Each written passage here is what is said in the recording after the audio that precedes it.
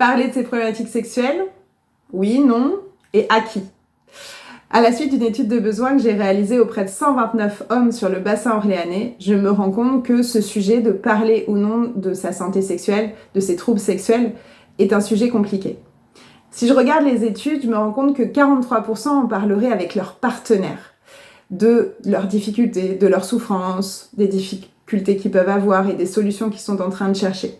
10% en parleraient à leur médecin, 26% à des amis quand il y a un lieu de confiance, 29% en parleraient à personne.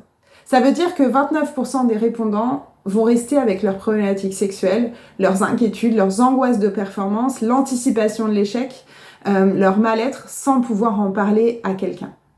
38% expriment par contre qu'ils seraient prêts à en parler à un sexologue. Un sexologue, Kesako. Un sexologue, il a pour objectif de travailler sur les 7 points de la santé sexuelle, promouvoir la santé sexuelle pour vous permettre d'avoir des relations les plus épanouies possibles. Parce que oui, la sexualité est bonne pour vous, elle est bonne pour votre propre plaisir, elle est bonne pour votre corps, elle est bonne parce qu'elle booste votre immunité et parce qu'elle vous permet d'être plus résistant au stress. Alors les 7 points de la santé sexuelle, on parle de quoi? Les 3 premiers points sont les plus importants. Le premier point, c'est la fantasmatique. Plus on a de champs fantasmatiques importants, plus on a de dopamine dans le corps, plus on va avoir de bonnes réponses sexuelles. La fantasmatique, c'est vraiment ce qui nous permet d'avoir une sexualité fluide et quand ça va pas, de pouvoir piocher dans notre sac à fantasmes pour se sentir mieux. Le deuxième point de la santé sexuelle, ça passe par la sexualité personnelle. Bien connaître son anatomie, bien connaître son fonctionnement, bien connaître les hormones et comment notre corps fonctionne, et puis pouvoir, par le biais de masturbation ou d'exploration, pouvoir bien connaître son corps pour ensuite passer à la sexualité relationnelle, qui est l'autre point.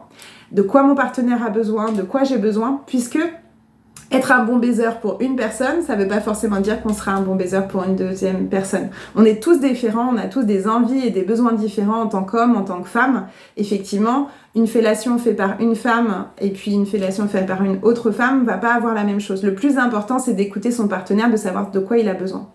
Et puis, je vous ai parlé des 7 points de la santé sexuelle. Il y a ensuite le 4e point qui est l'image corporelle. On sait à quel point, quand notre image corporelle est abîmée, notre réponse sexuelle n'est plus bonne. Il y a aussi le 5e point autour de la psychologie de la personne, avec l'estime de soi, la confiance en soi. Et puis, il y a la santé générale, qui est le 6e point, et puis la conjugopathie. Conjugopathie. Est-ce que je suis dans un couple qui va bien ou est-ce que je suis dans un couple qui a des tensions? S'il y a des tensions dans le couple, effectivement, la sexualité peut pas être bonne. Voilà ce qui est mon métier, le métier de sexologue. Je rajouterai une phrase d'Ibn Salti qui dit qu'on peut pas être un bon sexologue sans être un bon thérapeute de couple, qu'on peut pas être un bon thérapeute de couple sans être un bon sexologue. Effectivement, aujourd'hui, j'ai fait le choix de travailler sur ces 2 axes, la thérapie de couple et la sexualité.